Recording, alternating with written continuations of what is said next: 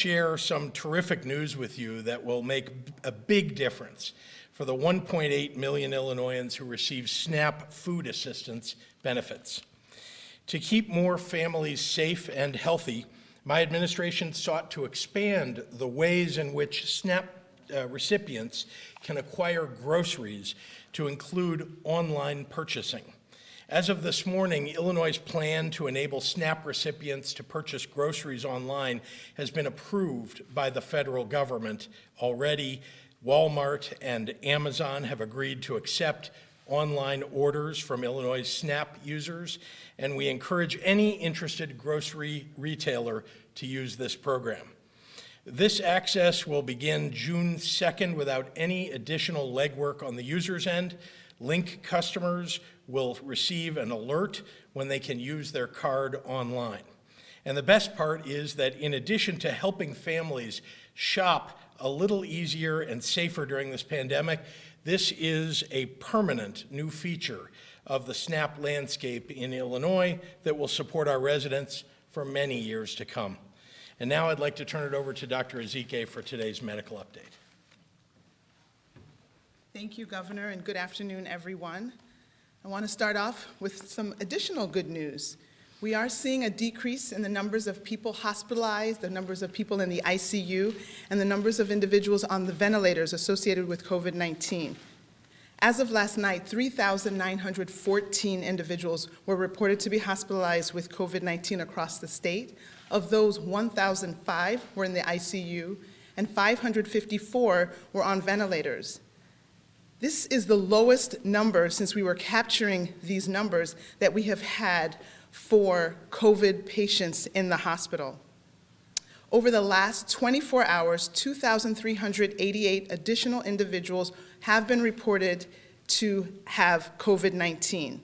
We now have over 100,000 total confirmed cases, and unfortunately that includes 147 additional people who were reported to have lost their battle with COVID-19 over the last 24 hours. And again, our total for the state of Illinois is 4,525 deaths. A total of 642,713 tests have been run statewide, with 21,029 tests being reported in the last 24 hours.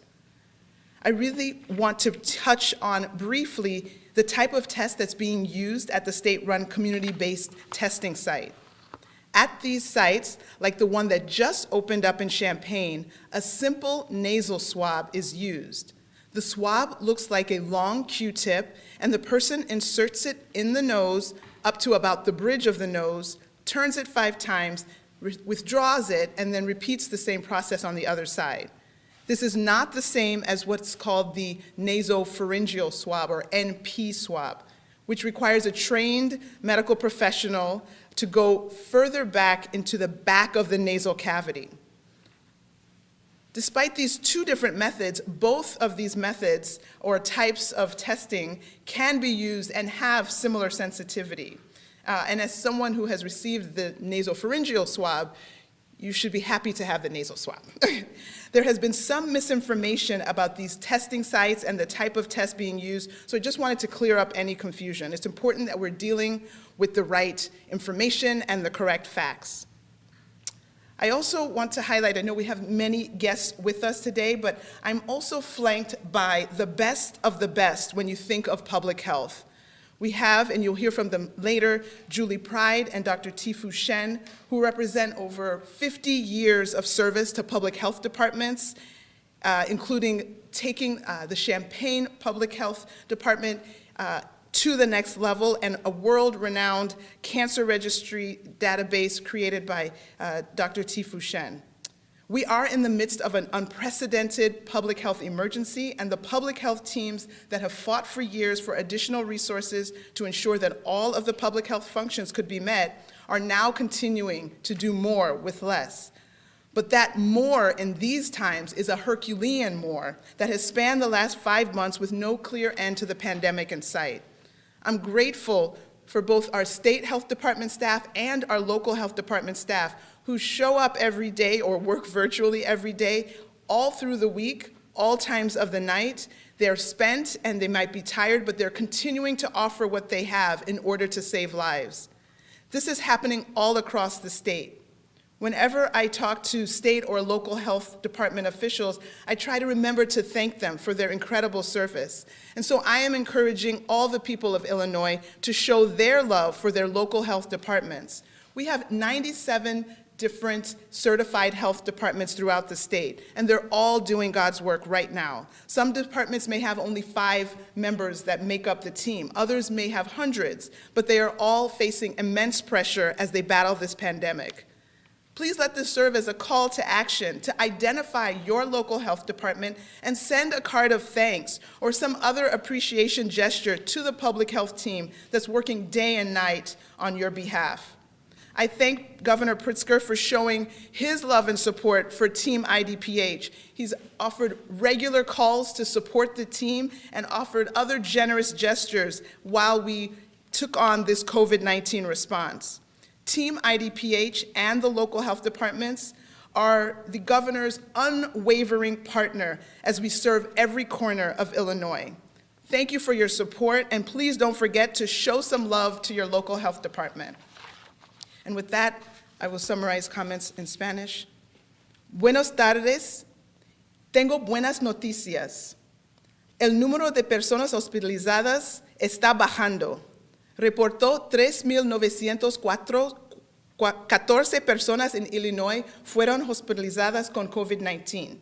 De ellos, 105 pacientes estaban en la unidad de cuidados intensivos y 554 pacientes estaban en ventiladores. En las últimas 24 horas se reportan 2,388 nuevos casos con COVID-19. Ahora tenemos 100,418 casos totales confirmados en Illinois.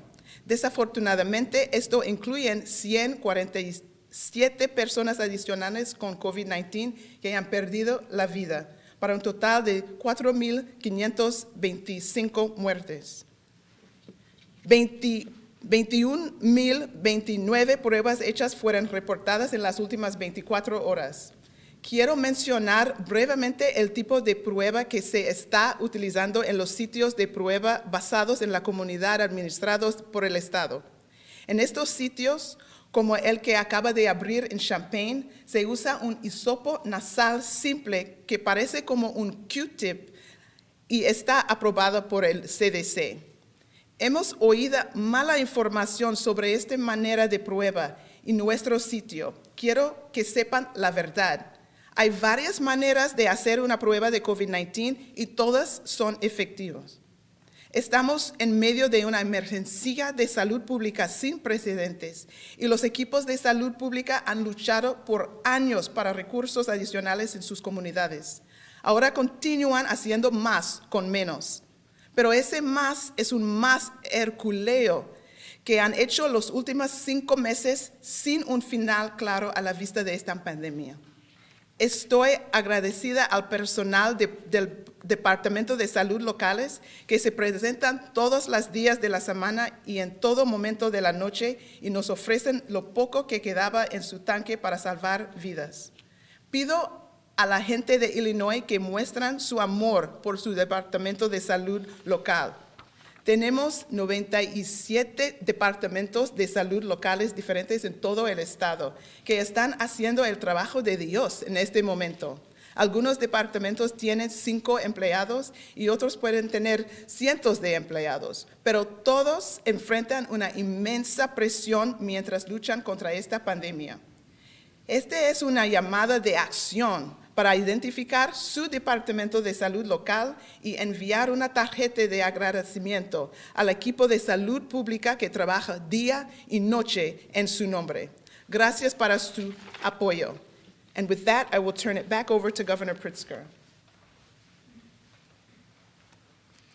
Thank you very much, Doctor, and thank you for the work that you do at IDPH and to all of your colleagues, too, who really have been working overtime to get it right for the people of Illinois.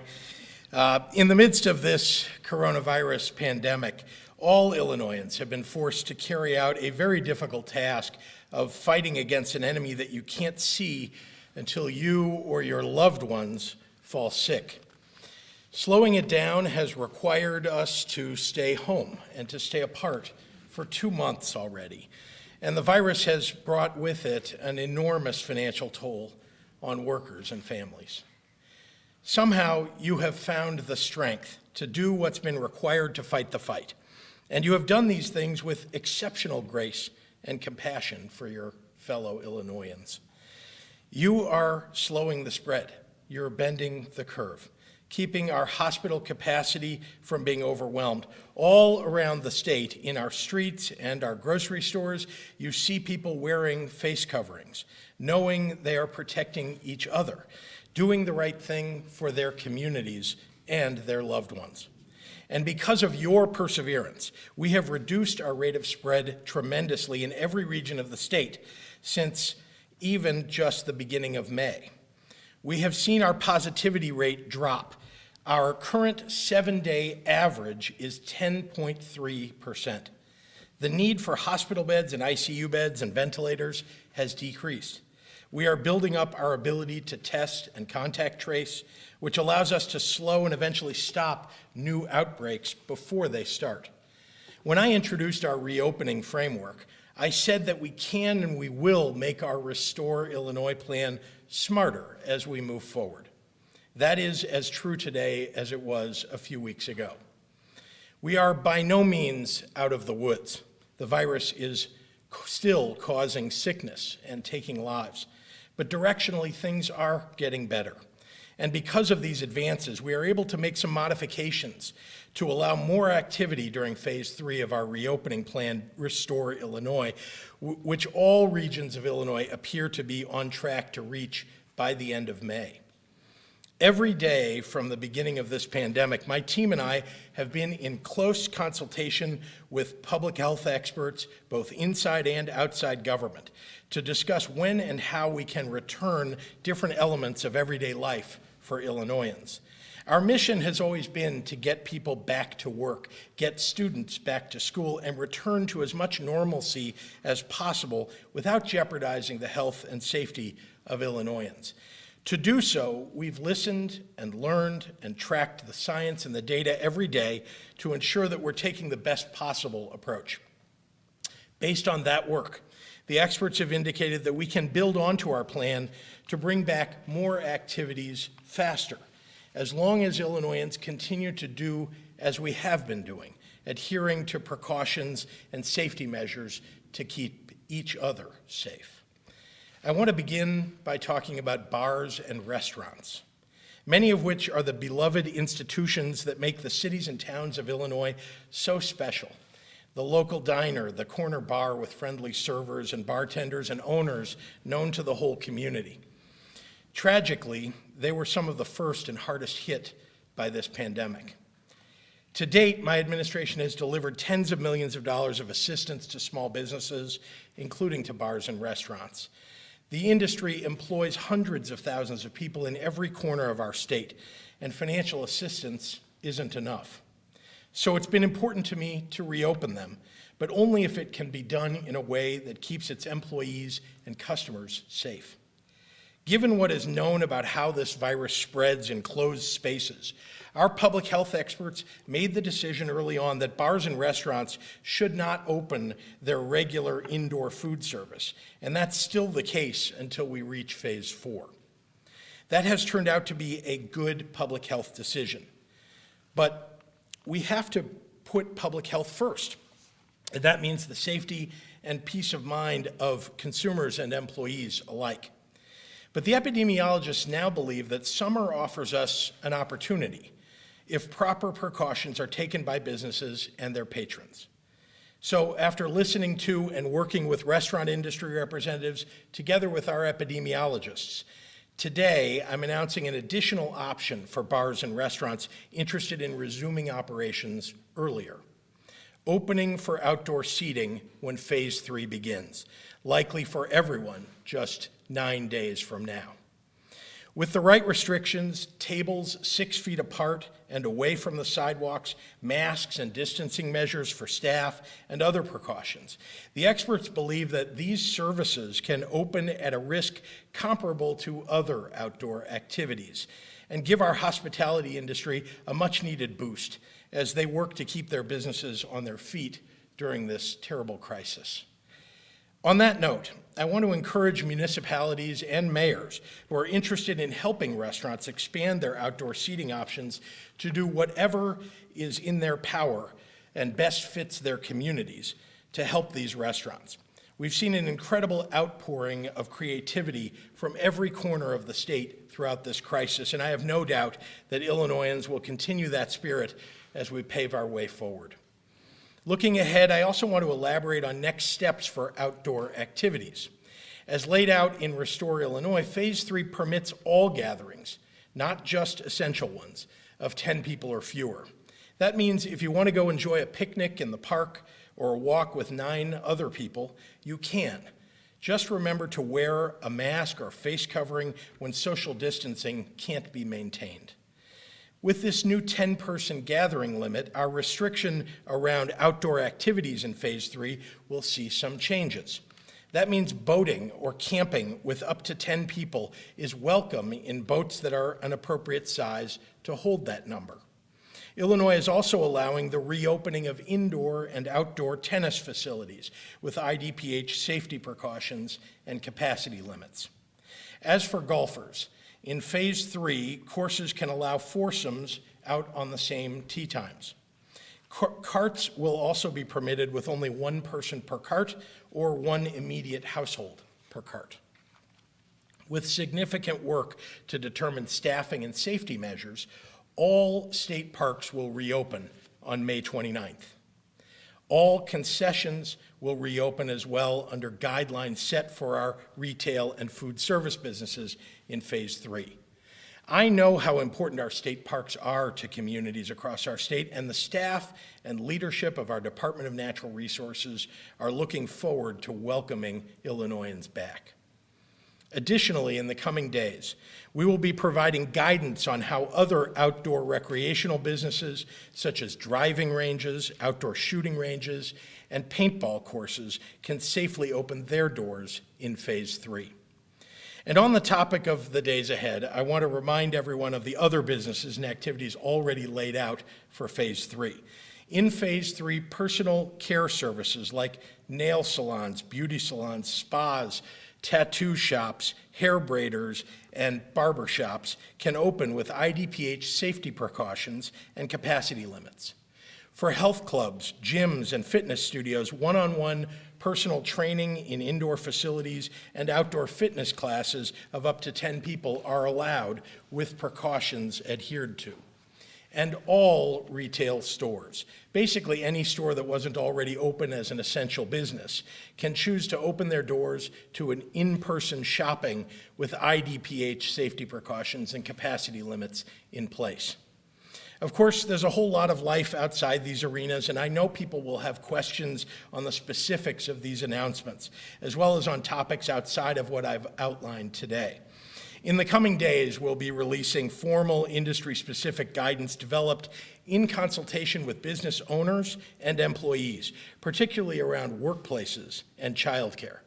IDPH and my office have also received many proposals from churches and religious organizations on how they could operate safely in larger gatherings, including outdoor and drive-in settings, and we are working with them to help offer additional flexibility.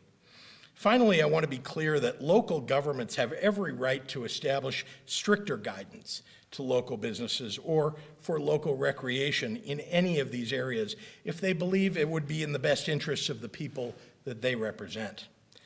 I want to offer just a note of concern that I hope everyone will take to heart. The virus has not gone away. Other states that have thrown out restrictions and decided to just go without regulation are seeing rising cases and beginning to see rising hospitalizations. Here in Illinois, we have followed the science and we're succeeding, but we can't let up now. We've come too far and we've made so much progress because we've kept social distance, worn face coverings in public, washed our hands frequently, and taken care of our most vulnerable to the best of our ability. We must persevere. Illinois, this road is a long one. And I know that it's hard to see the hate on display by recent protesters who ignore that we've lost thousands of Illinoisans to this virus. Thousands more are fighting for their lives in our hospitals, and our medical professions and our medical professionals are heroically working round the clock to save lives. Perspective is often difficult to find from up close, but the way the vast majority of the people of the state have come together in this moment is truly incredible. I have never been more proud of Illinois. Thank you, and now I'm proud to introduce a veteran public health administrator with decades of experience in infectious disease prevention, Julie Pride, administrator of the Champaign Urbana Public Health Department. Julie?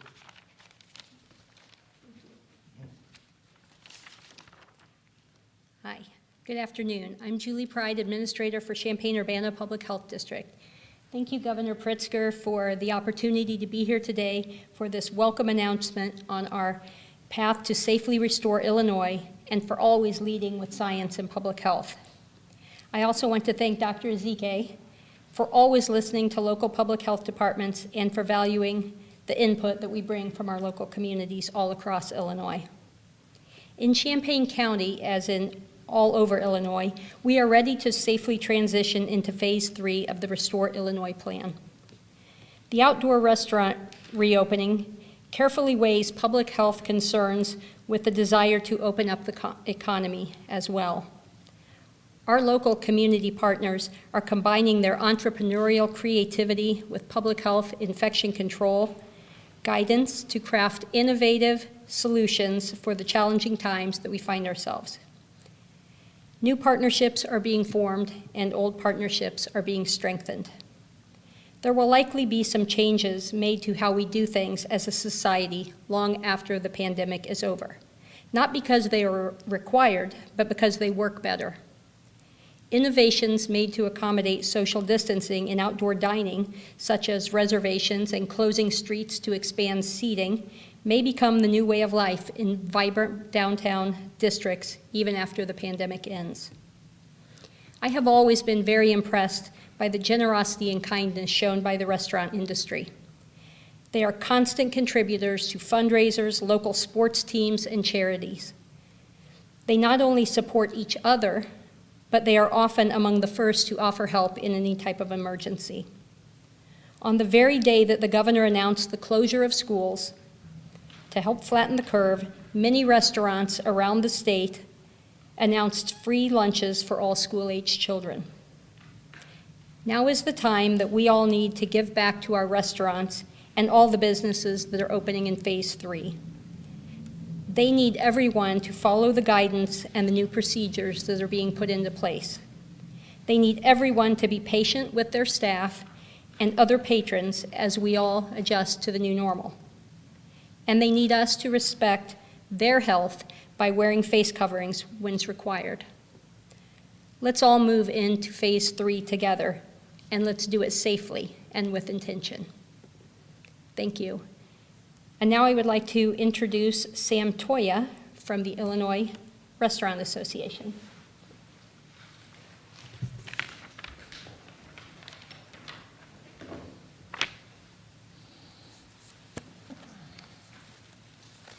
Thank you, Julie, and thank you, Governor Pritzker.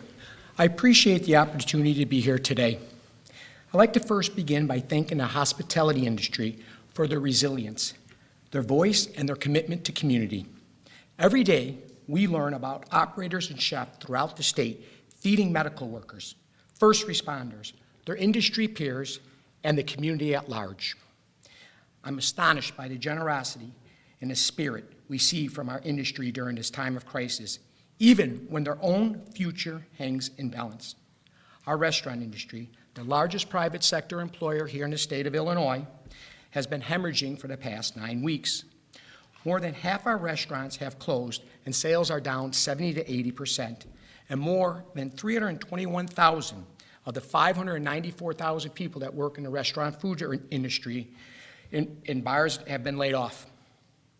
By the most conservative estimate, statistics show that 20 to 25% of restaurants will close their doors for good as a result of COVID-19.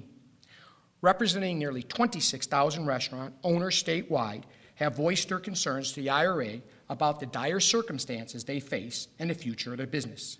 I am pleased to say that Governor Pritzker and his team are listening. Today's announcement provides a glimmer of light at the end of this very dark tunnel. The governor's action to allow for expanded outdoor dining options will be benefit to many at a time when every dollar counts. We recognize that this action will not provide a solution for every operator, but it's a step in the right direction for restaurant, diners, communities around the state, from Springfield to Carbondale to Rockford to Champaign to Chicago. The outdoor dining strategies supported by this administration extend a lifeline, helping bring back jobs and offering diners the hospitality experience they've been missing, all the while maintaining necessary public health and safety measures. Throughout and before this crisis, restaurants' top priority has been the health and public safety of their guests and team members. We will be looking to local municipalities and their leaders like Mayor Lightfoot of Chicago and Mayor Langford of Springfield to discover creative ways to make our outdoor dining work for communities while maintaining high standards of safety to which they are accustomed and establishing further measures to protect public well-being. Let's close down streets. Let's expand sidewalk cafes. Let's use parking lots and public ways. Let's show the world how innovative Illinois can be. Again, while we recognize this solution won't apply to all operators, it's a step in the right direction and presents an opportunity for Illinois to demonstrate our leadership and innovation. The IRA appreciates the open dialogue and communication from Governor Pritzker and his team. As I always say, communication and education are truly the key to success, and Governor Pritzker and his team are always communicating education, so I want to thank them for that. We will continue to collaborate with all stakeholders, small business, elected officials, public health experts, to work through this crisis, flatten the curve, and revive our economy. We look forward to getting our restaurants open for business. Never underestimate our restaurants' ability to rise to a challenge. We will open and we reopen safely. And again, go out, get online, make reservations to these outdoor cafes here in the state of Illinois, throughout our towns, municipalities, and cities. So we look forward to working with the governor and his team, and we're very happy about this next phase. And like I say, all restaurateurs care about the safety and health of their customers and team members at all times. So, thank you. Thank you, Sam. I want to address my administration's emergency rule authorizing an additional compliance mechanism relating to our stay-at-home order, assisting local law enforcement and states' attorneys in their work to keep people safe. The majority of states, from our Midwest colleagues like Ohio and Wisconsin to other Republican-led states like Georgia and Florida, have or have had a broader range of enforcement mechanisms relating to their stay-at-home orders. This temporary emergency rule brought Illinois in line with this national practice, giving local officials more flexibility in their ability to enforce this order with a simple citation. That flexibility is the critical piece of this. The state already has enforcement authority through an IDPH closure order or the revocation of a business license. But those tools are harsher measures than anybody, including me, is interested in pursuing. A business that chooses not to follow the rules can recover from a fine. It is much more expensive to deal with being stripped of a license or forced to close.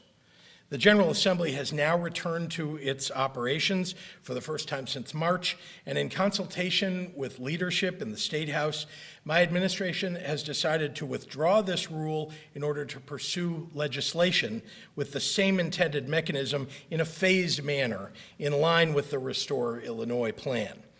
Enacting this measure through legislation will allow us to have these tools throughout the Restore Illinois plan versus an emergency rule that would be withdrawn and rewritten at the start of Phase 3 and then Phase 4. I'm here today with Illinois State Police Director Brendan Kelly, as well as Leader Bill Cunningham, who is sponsoring this legislation. I urge the General Assembly to take up and pass this legislation this week.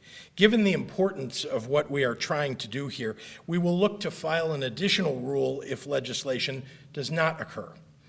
Our only goal here is one that we all share: prioritizing public health while reducing the harm that bad actors can cause the broader small business community, so important to the strength of our economy.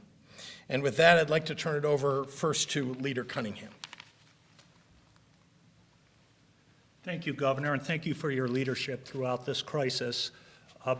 My name is State Senator Bill Cunningham. I'm the state senator for the 18th district that covers the southwest side of Chicago and several southwest suburbs. I want to focus on a point that the governor just made, that being that the legislature is back in session this week. As we all know, that has not been the case for several weeks. In the absence of the legislature, the governor and his administration, the various agencies in the administration, have had to promulgate emergency rules. Many of those rules are meant to be aligned with the governor's executive order related to staying safe during the coronavirus crisis. By virtue of the fact that we're here in town, we've talked with the governor, both the members of the Joint Committee on Administrative Rules, which I am the co-chairman of, and the leadership in both chambers, and we think it's appropriate that we deal with this problem through the regular legislative order, and that's what we're committed to do this week. I think I can speak for myself, and I believe a number of other legislators, that we agree with the intent of the Department of Public Health when it comes to enforcing the governor's stay-at-home order. We've had some disagreements about the exact process, but now we'll be able to delve into those things here in the legislature. That's the way the process is intended to work, and we're looking forward to working with the governor on developing, I think, a really important and sensible piece of legislation. And with that, I would ask the Director of the Illinois State Police, Brendan Kelly, to come to the podium. Thank you.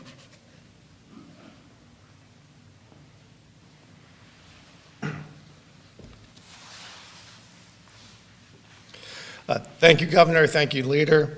I wish I could speak the beautiful, fluent Spanish that Dr. Ezequiel does every day, but I do speak a couple languages, but all very badly, including English, so I will do my best to try to articulate to all of you today where law enforcement has been through the pandemic and where we are today.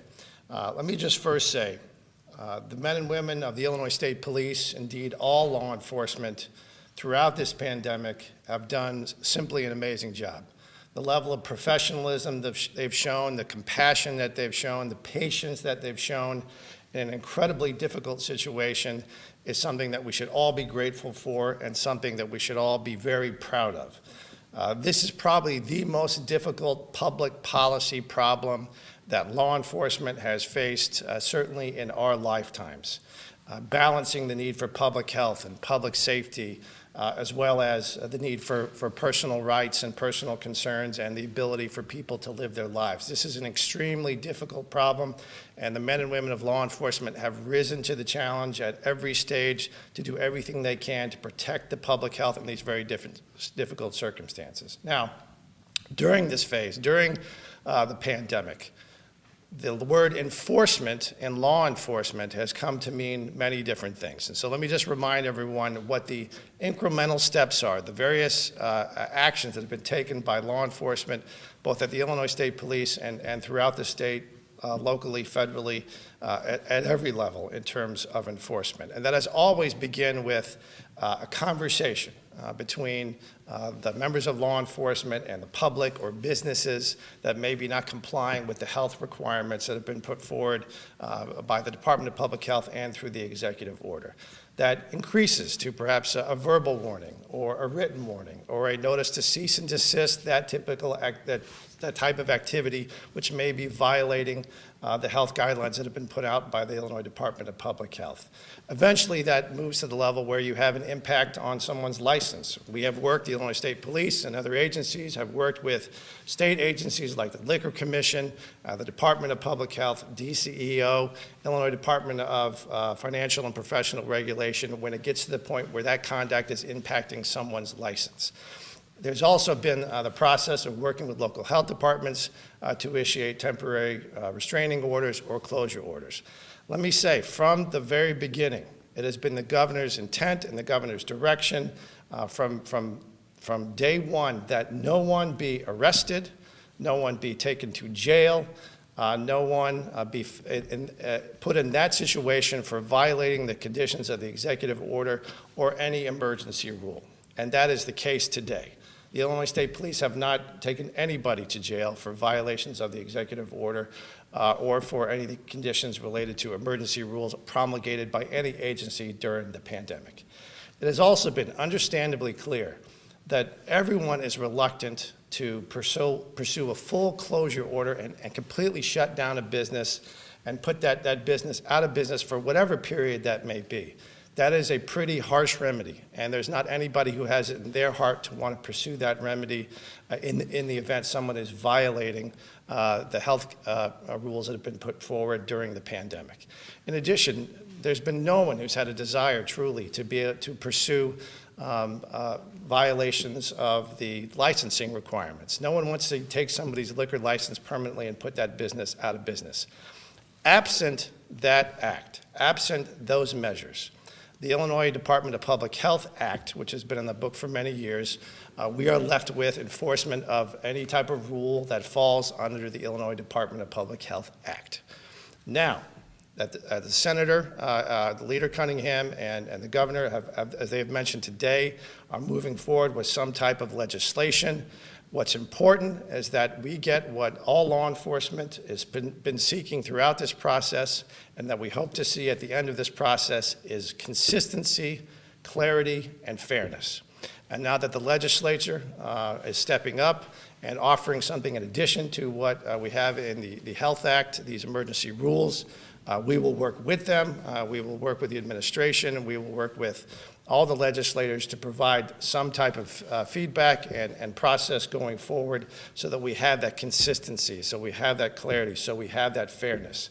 The men and women who serve in law enforcement are in an extremely difficult position, but they handle it very well, they handle it very smartly, and they handle it very patiently. And we need to give them the tool as this process moves forward so that we have consistent outcomes, and we have fairness, and we have clarity. And now that Leader Cunningham is stepping up to move forward that, we look forward to working with him, and of course encouraging all sheriffs, local police departments, state's attorneys to provide input on that process as well. And we hope that will get us through the next phase. And we're all very much looking forward to the next phase. God knows I need a haircut. So I appreciate everyone's patience. And again, if you see someone who's working in law enforcement, don't go up to them violating social distance, but tell them if you can, say thank you for what they're doing, because their job is extremely difficult. And we all need them to continue to be safe and healthy so they can keep everybody else safe and healthy. So thank you.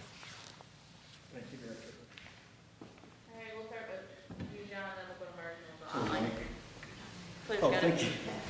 Hi, Governor. Welcome back. Hi, John. Nice to see you again. Thank you.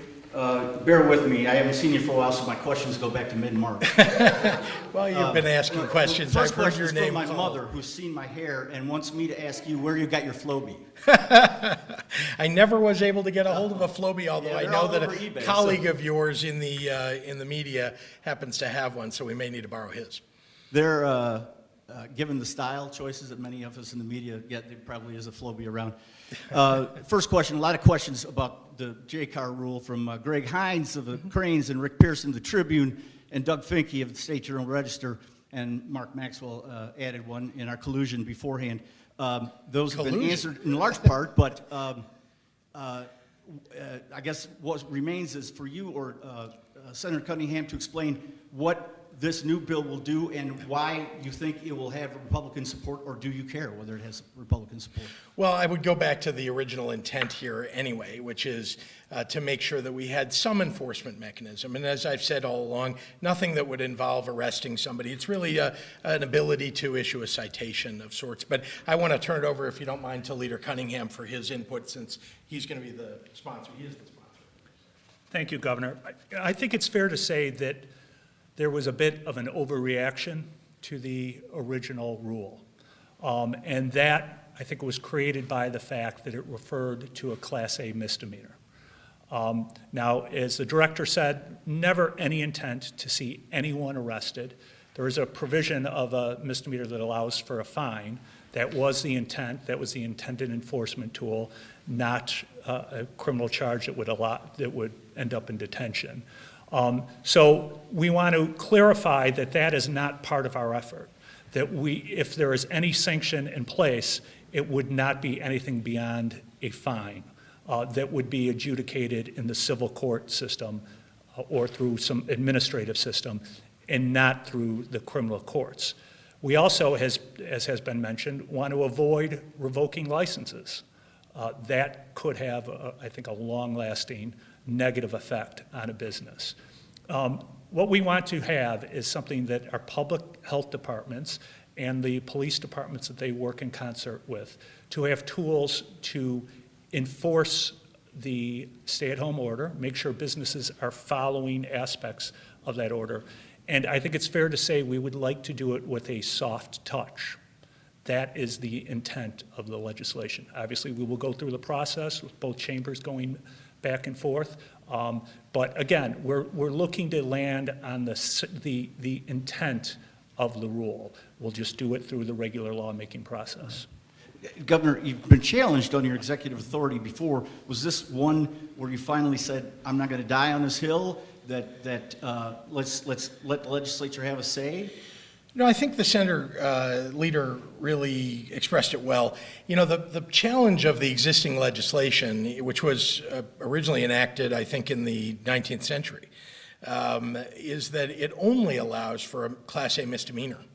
And that's a pretty large amount of latitude, as some have pointed out, right, that even as much as potentially jail time, although, again, that was never my intent. And you can go back to press conferences 2 months ago, and you would hear me say that it's never been my intent to have law enforcement to prosecute somebody or arrest somebody, put them in jail. You know, we wanted to have some kind of enforcement mechanism, and I think a citation is the right way to do it. I think the senator has described it well. And, you know, we've never looked for the maximum penalties under even a Class A misdemeanor. The committee met in pre-meeting for 3 hours. This is the kind of thing that taxpayers, it just riles them. They want issues debated in Springfield, and they want it to be open. Why was your staff in that meeting? Was any of your staff in that meeting? And why don't you condemn that kind of lack of transparency? No, I would just say, I mean, I think that the JCAR, I mean, we can talk about the procedures of JCAR, but, you know, I think they were just contemplating what the options are with regard to an emergency rule. In secret. Senator, yeah. In secret. So I want to, JCAR is, I think fair to say, a somewhat obscure legislative body. I want to just explain a little bit about it first. It is really a bridge between the legislature and the executive branch. We pass bills in which we give rulemaking authority to agencies. The agencies then promulgate those rules. JCAR looks at those rules and determines whether or not we believe they're in compliance with the law. It is the process contemplates cooperation and negotiation between the legislature and the executive in this area. It is not uncommon at all for an agency to submit a rule and for JCAR to engage in discussions with the agency promulgating the rule and maybe not be completely happy with what they've proposed and urge them to amend that rule. That happens all the time. We did that today with a rule that the Secretary of State's office submitted. So this is essentially a negotiation, like something that goes on every day in the legislature between the executive branch and the legislative branch. When we take any action, those actions are taken in public where it can be viewed by citizens. That's what happened today. That's what has happened all along with the JCAR process. Governor, the new rule on outdoor eating and dining was exactly what a bar, tavern, restaurant in the Quad Cities was doing. I think they sued you. There's a lawsuit because they were shut down. They had picnic tables 10 feet apart, and they were serving carry-out, and then the patrons were. Did that restaurant's experience or any other restaurant's experience help, make you look at it again? And if it did, why not give them credit and say, look at me, I'm open to suggestions? I've been listening to restaurateurs and bar owners for quite some time. I've known Sam Toya for more than 20 years, 25 years. I know quite a number of owners as well as people who work in those establishments, and I have been listening all along here because I want to do the right thing. The most important thing is that we've got to make sure that the epidemiologists, the experts here, feel that we can execute this in a way that keeps people safe. That's the number one consideration. That was why we originally had to close bars and restaurants, because the feeling back then, without knowing much about this novel coronavirus, was we needed to stop restaurants and bars while we figured out what the best way to proceed was. And even now, as you know, there are challenges, and the restaurant industry has been terrific at proposing safe ways for people to dine and to go out and enjoy themselves. And the summer offers us the unique opportunity, according to the epidemiologists, for us to begin to bring those restaurants back online. So the credit really goes to the leadership of the industry. It goes to the many restaurateurs who, frankly, have been good actors all along. And remember, this is 9 days away. So those people who have tried to flaunt the rules don't, in my opinion, deserve to be rewarded, but I think the entire industry has acted in a proper way. The vast majority, just like the vast majority of Illinoisans, have been doing the right thing to keep people safe. All right. Follow-up from Jim Leach from WMAY. Do you feel that not getting legislative involvement, especially from Republicans, in the stay-at-home and shutdown orders has contributed to a growing backlash against these orders? Should you have sought more legislative input sooner? Actually, I've been speaking to legislators throughout this process. They don't. They say they can't get any epidemiology studies. They can't get that's access not true. to Dr. Zike. They've the actually. House Republicans say they can't get any documents out of you, and we say the governor says this. And That's say not no. true. How many press conferences have I had? I've held up. I've Yeah, shown they say they with have the access experts. to right. And And that they've one had day the that you held up opportunity. the one day you held up the model, you said this is all available at the governor's office. Come see it. No, that's not true. Here's what I said. Excuse me. Yeah, the lawmakers got a briefing about it. But let me just say On that what model. I said was All right, I these. believe you then. Yeah, we have, as you know, 3 different groups of experts who were bringing forward their models, and then we had a number of epidemiologists that we brought forward, and we even provided for Republican legislators, as well as anybody else who wanted to join, the ability to ask questions of those experts. And they did, and it was a satisfactory event. Nobody complained during the event or even after the event. Maybe now, because they're acting in a hyper-political fashion, they now want to complain. This question is from Charlie Myerson at Chicago Public Square. Please elaborate on the decision to exclude Amy Jacobson from these media briefings, and please explain the guidelines going forward for determining who will be allowed and who will be excluded. Hi, it's Jordan, the press secretary. That was my decision, and so if he has that question, I'll take that in my inbox later. The governor doesn't make decisions on his press conferences. That's my job. Well, did you agree with the? You agree with it though? You could overrule her. Look, when you stand up at a rally where people are taking a political position, holding up Nazi swastikas, holding up pictures of Hitler, and taking an extreme position as she did. It strikes me that that's not objective in any way. It's not the way you act. It's not the way that your colleagues in the media act, who are reporters.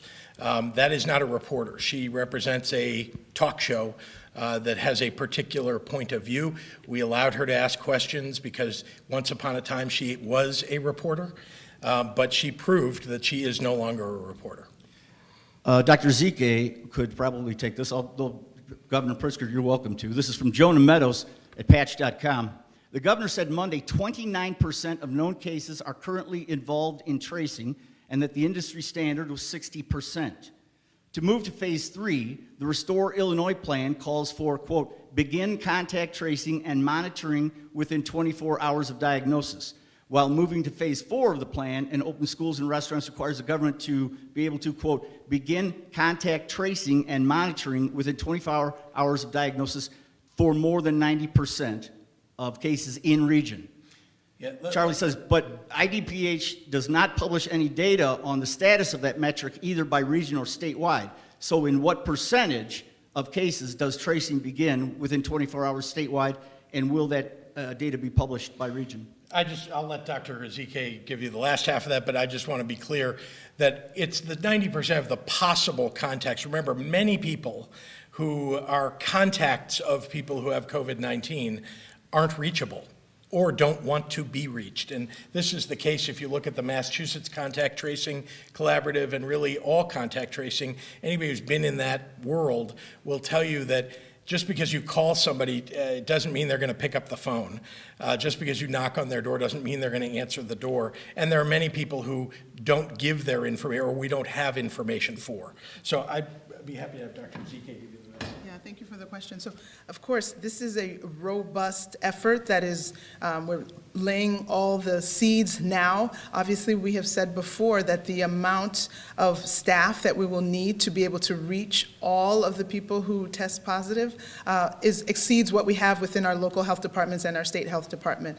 And so that is why we've put out the interest letters to identify people in the state who would like to participate in this effort.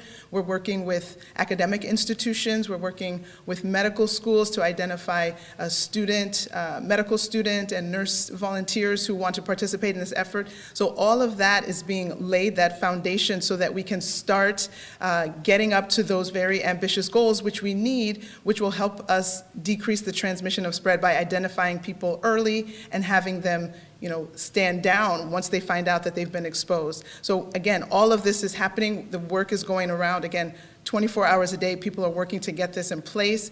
We wanted to get those goals that you cited, and so that's what we're aggressively working on as we get to phase 3. So the clock is ticking on us so that we can try to meet those metrics, and we will be sure to keep you posted as we go along that journey. All right. If I can find it, pardon me for a moment. John, this will be your last one, so you're going to work. And I am. I'm sorry.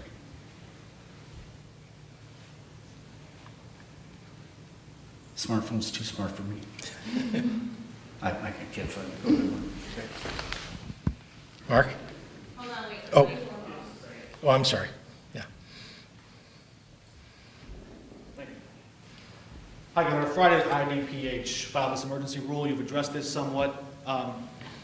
Walk us through the thinking there. It labeled these businesses like restaurants, gyms, hair salons, high risk. You said that's already in the law, this Class A misdemeanor. Then why file the rule at all? It seems you're searching for some way to punish businesses who defy your order. Again, looking for an enforcement mechanism for people who aren't following the rules, right? They're putting their communities in danger by opening their doors when they are not eligible during phase 2 to open their doors, so they're just flaunting the law. And so the idea here was to give some method short of the very draconian methods of closing the business or of taking a license away. Sure. That was the intent. It's true, you have said all along for months that you didn't wish to jail anyone, but you Right. did say you could yank their license. And in fact, some state licensing agencies have already reached out to businesses who defied them and threatened that very thing. That's right. So I guess in repealing this rule, are you acknowledging that you exceeded your executive power? No, what I'm acknowledging is that we would rather not take away somebody's license, that we'd rather have an enforcement mechanism that was at a lower level. And again, that's what I think Leader Cunningham's bill will allow us to do. So all prior communication from state licensing agencies, should those businesses accept that those are also being repealed, no longer valid? Well, again, if somebody continues to be a scofflaw, if some business continues to not follow the rules, there is the potential for those other enforcement mechanisms. We'd rather start with something that's lower level. I wonder if you worry about, I know you said you listen to these business owners and certainly to the protesters. Do you worry about the political implications of the position you find yourself in here? As President Trump urges many governors to reopen more quickly, some of them are. Many of these states that had lesser restrictions than we have in Illinois are moving in that direction. I know you've said you want to err on the side of caution and science, but at what cost? Do you worry come November that President Trump can look at states like Illinois and say, look, they were holding businesses back longer? First of all, President Trump isn't following science or data. And second, if you look at really all the polling data, as you'll see, the vast majority of people in the United States want us to follow the science and the data to get this right. And of course, we also want to reopen businesses. I've been doing that all along, looking at and figuring out how we can open more and more businesses. This is another way, the announcements that we made today is another way to make progress. But we're doing it right in Illinois. We're not the last or the first. I think we're cutting the right path here so that we can, again, the number one consideration, keep our people safe. Make sure that our first responders are taken care of. Make sure that we're not overwhelming them. These are our heroes. I mean, these are the people on the front lines who are risking their lives every day. And when there are scofflaws out there, when there are people who don't follow the rules, they're literally thumbing their noses at healthcare workers. And so I want to follow the science and the data because we want to make sure keep people safe and we'll protect the people who are on the front lines who are keeping all of us safe. I see. A question from the managing editor at Channel 5 in Chicago. With these rules that you're relaxing outdoor gatherings and businesses, allowing some outdoor seating and this modified Phase 3 you've announced today, how does that change your plans for childcare and summer day camps? So we're continuing to look at the rules for childcare. We'll be issuing some of those rules. I talked about the industry groups that we've gotten together all along here to not just the restaurant industry as we've talked about today, but many of the others, manufacturing and so on, including childcare. So those rules will be issued, and they'll be for childcare providers. They'll be able to see what is available and how they can expand their operations. Perhaps you can elaborate on the contours of what that may look like. You said you're in touch with faith leaders, another example. We're hearing a lot of questions from reporters as well, asking, one example, the Bank of Springfield Center is a big venue. Many churches might have similar floor space like that. They've got more than 150 people in there today, but right now churches are limited to 10 people in their building. What if they've got other rooms or more space? If they have expansive venues, can your Phase 3 or Phase 4 account for that? You can see Dr. Ezike nodding her head too. She too is a person of faith, and we all want churches and mosques and synagogues to be able to open safely. And so we've been looking at all the ways in which to do that safely. As you know, the Catholic Church came out with a plan. It's a rather comprehensive plan that includes a webinar and, how you perform a funeral or wedding and so on. And each one of the faiths have come forward, or at least a number of them have, to ask, how could we do it safely? And to put forward their ideas for getting it done. And we're trying to work through all of those because, as you know, each building, each situation is slightly different. What we did want to do, though, is make sure that people understood outdoor is much easier, drive-in is much easier, and setting rules around that immediately or very soon. A lot of questions about the legislature they're convening here today. From Taman Bradley at WGN, how disappointed will you be if the legislature does not pass meaningful ethics reform in this special session? And if I can add one more, you promised at the start of this session as well, significant property tax relief for Illinois homeowners. Those two things are not clearly labeled on the special session agenda. Yeah. Should lawmakers make the time to get it done before they dismiss? What I can say, and maybe the leader wants to weigh in, but I'll just say this, that look, there are 3 days of session planned, as I understand. And it's because of this pandemic, right? I mean, this is highly unusual. I think all of us are recognizing that. The circumstances in which the legislature is meeting. I'm glad that the legislature is meeting, but in order to get everything, from the highest priorities done, there's a limited number of things that they can get done, and I think you've heard some of those already from the leaders themselves. So I would very much like to see ethics legislation get through. I think we all think that you can't get the ethics, if you don't get something done in the next 3 days, it can't possibly be done this year. And the answer is, that's not right. There is the rest of the year. I think the legislature is meeting these 3 days in particular. At least the number one concern is the budget, and the number two concern is a COVID relief package, because we've got to help people across the state. But there's an opportunity, and you know that I've worked across the aisle for the entire time that I've been governor, listening to Republican legislators, as well as my friends in the Democratic Party. And so I really believe that there's much more that we can get done later in the year. On the budget-making process from Hannah Meisel at the Daily Line, the proposed budget, I think she's referring to one bill that's been filed, would cut the state's breast and cervical cancer screening program by 40%. Now, I won't stand for that. I read her column this morning. You can let her know. And I won't stand. I mean, that's just wrong. I know that the intention was good. The intention was that the money hadn't been spent. The money that had been appropriated wasn't being spent because so many more people who need that service are actually being covered by insurance now. Having said that, we need to make sure that fund, that those dollars are available for everybody who needs them, who falls into that gap that Hannah talked about this morning in her column. You've already illustrated the budget holes as income tax, sales tax, corporate income tax dry up during these coronavirus closures. Yes. How then, how then do you account for that in this budget-making process? Where are you going to go? Do you have to make cuts? Do you have to raise some fees? For example, I believe the CTBA has suggested fees on attorneys' practices. Are there any ways you can go that might be more progressive in nature that target maybe like white-collar jobs that are more insulated from the coronavirus? Can you look for revenue in those areas? Yeah.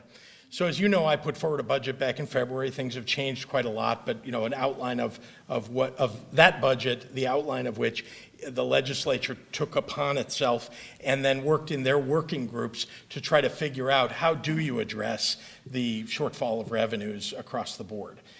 They have talked to many members of my administration to get help in putting those numbers together. So there really is a cross-functional effort to try to get a budget agreement put together. And you see a lot of work has been done by legislators, even though they haven't been able to meet. You're getting a crash course in the regionalization of politics in Illinois right now. Part of that was the minimum wage fight. A lot of regional Democrats and Republicans asked about that. I think Senate Majority Leader Kim Lightford mentioned that she's looking at, or she's hearing about this idea, to modify the tax credits that were in part of the $15 minimum wage to go from 50 employees up to 200, to expand that, considering many of these restaurants and bars are the ones who are paying these wages. Do you support an idea like that, to raise the threshold up to 200 or so? I do. In fact, I've been talking about that really since early on here, expanding. There's an original tax credit that was put in place when the minimum wage was raised. As you know, this is a 5-year, there are roughly 5 years left in the ramp of the minimum wage. And I think would be helpful if we were able to expand that tax credit to give businesses the opportunity to get a little bit back on the increase in wages that they're offering to people. Yeah, a question on ethics. You've addressed a number of businesses already in the last 2 days that the Pritzker Group has invested in that provide COVID-19 testing in some cases, or in others, maybe working with major biotech or pharma companies as they race to produce a vaccine or a treatment in these ways here. So on that potential conflict of interest, before your inauguration, you pledged that anytime a company of yours has proceeds or profits from government contracts, you give that money to charity. Does that pledge still stand today, and does it extend to other reimbursement or funds that come from government in addition to contracts? Well, let me be clear that, as you know, 3.5 years ago now, I stepped away from my business interests entirely. And then about 1.5 years ago, a blind trust was created so that I really have had no involvement with any of these businesses for 3.5 years. Don't know what they're pursuing or what their interests are. And so, to be clear, this is not something that I'm engaged in any way. It's I not that don't blind. even know Just to that follow they've up, gone it's on a into public that website. business It's on except for statement of your economic report. interest. It's public information. It's in their press releases, and it's on your statement of economic interest. It's in your tax returns. Would you then pledge to release your full tax returns, just so Illinois can see? Well, that, as you know, the way that you know all that information is a statement of economic interest. And I did, in fact, release a multi-page, I don't know, remember how many, a dozen or more pages? 4 pages. Of Tax returns? well, no. A dozen pages or more of my statement of economic interest, which is where you see listed each interest that I have any interest in. In fact, much more comprehensive than anything that you would see in a tax return. So to be clear, I have no involvement in these businesses that you're alleging that, that are owned and operated or doing something. And as far as I know, there's no business being done by any of them with the state of Illinois. Okay, but just to reiterate, they are a part of your portfolio today. Will you donate any of those proceeds from government contracts or reimbursement to charity? I believe it said Illinois contract. It did, but Yeah, I mean, I'm happy to if there's something that they're doing in Illinois. Yeah. okay, question for Dr. Ezike real quick. We've been monitoring. It's going to be your last one. So we got Okay. this online. Understand. You mentioned today a decrease in ventilator use, but we're also hearing from a lot of doctors who say that they're going to the ventilator a lot later on and not quite as often. Why then is that an important metric to still follow if the ventilator itself isn't being utilized as heavily? And if I can just ask a question about the interaction, to a two-parter here, between you and the governor. The state law gives IDPH a lot of discretion and authority in these times of emergency. Are there any examples or illustrations where you've cautioned more severe restrictions and Governor Pritzker has pushed back because he wants to get perhaps business going faster? Are there any examples that you can share with us? Let's start with the first question. So when we talk about the metrics that I've been talking about for all these days, we've been talking about both the number of people in the hospital with COVID as well as the ICU, people in the ICU part of the hospital, as well as people in the ICU on ventilators. And so for the number that I cited, which was the number of people in the hospital, that is the lowest number since we've been calculating total number of COVID patients in the hospital. So yes, what you cited is true in terms of some of the science of what we've learned about in terms of taking care of COVID patients, the very severely ill patients, is that the response on the ventilator has not been good. And so I've talked to many pulmonary ICU, intensivists who are actively, on the battleground, on the battlefield, and they said, yes, we're trying to keep them off the ventilator. But these other metrics still are significant, that we have decreased the number of people that are in the hospital. The total number of people are under 4,000. That's the first time we've reported that. And that we have, usually that would follow that the amount of people in the ICU would go down, because that's usually a pretty consistent number. Facing your second question, we work in lockstep. I mean, we're even coordinating outfits, as you can see. So everything that we do is working towards the good of public health.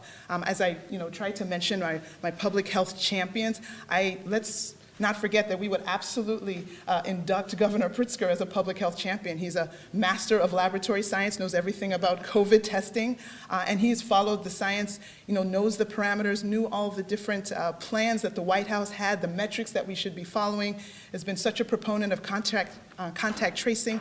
So we are on the same page. All of these decisions that have to be made, they're so nuanced, and there's no Bible that says what is absolutely the right answer and the wrong answer. So it's all about thinking through, applying the science, applying the epidemiology, getting input from local health departments, modelers. Like, it's such a collaborative effort on so many levels. And so you come to a final decision after weighing all these things. And so I support his decisions.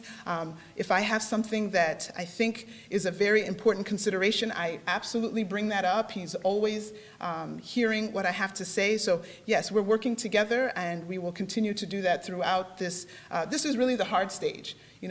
Closing, doing the shelter at home, stay at home, that's easy. Stay at home. It's not nuanced. It's pretty clear. But now as we get into this nuanced stage, there's a lot of different ways to go, and so we're working together to find the best way forward.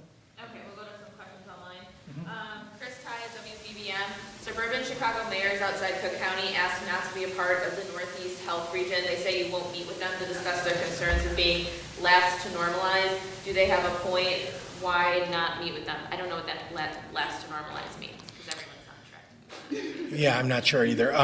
The whole state is moving forward, it appears, if you look at all the metrics, from phase 2 to phase 3 in less than 9 days.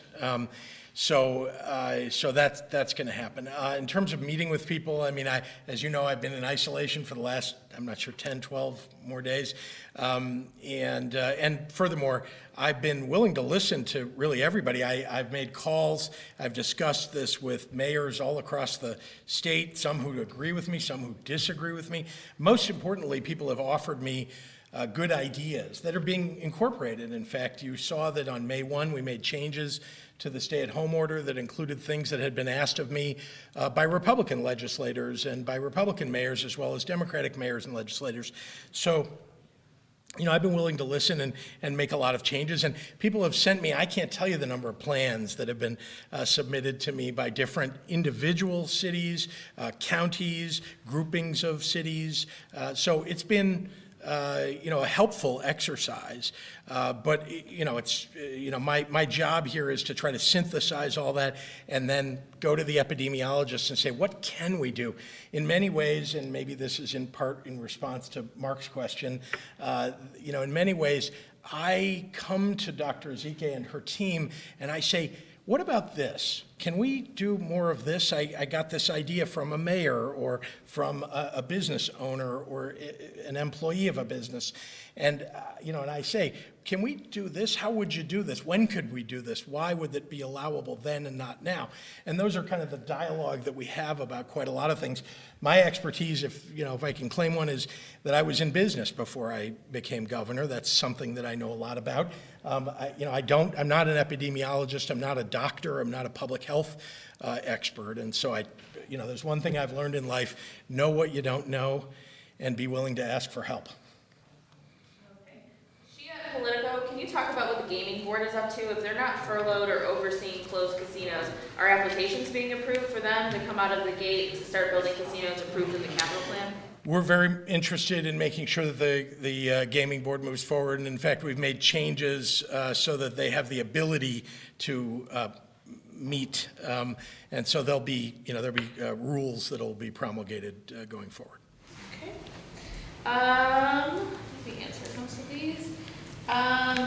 Jim Haggerty at Rock River Times. Governor, will the state be offering financial assistance to business owners of restaurants, gyms, and salons who could be forced to reinvent themselves in order to operate under potentially significant social distancing guidelines? That's my hope. And in fact, I think the PPP program in Washington, which missed a lot of these smaller businesses, that's where I want to kind of try to fill in the gaps. PPP seems to have only been available to medium and large-sized businesses, and the very smallest businesses are the ones that really need help. So that's why you heard me last week ask the legislature for help in the COVID relief package that they're talking about to provide that kind of support. Can you detail the fines on the new legislation? Is it a daily fine? Should businesses not follow the order? Also, regarding the bars and restaurants, can a bar that does not serve food have outdoor seating during this time? Still being worked out.